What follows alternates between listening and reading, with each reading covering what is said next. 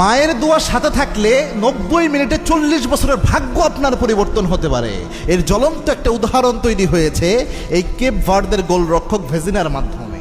যদিও ফুটবলের মাধ্যমে সফলতা নির্ধারণ হয় না, তবুও একজন গোলরক্ষক ফুটবল খেলে যে এই যে খেলা হচ্ছে, এই ব্যক্তির ক্ষেত্রেও মায়ের ভালোবাসা, মায়ের দোয়া কিভাবে কাজ করেছে এটা বুঝার জন্য আপনাকে বলছি, এবং বুঝবেন রাসূল সাল্লাল্লাহু আলাইহি ওয়াসাল্লাম কেন পিতামাতার এত গুরুত্ব আরোপ করেছেন। আল্লাহু আকবার।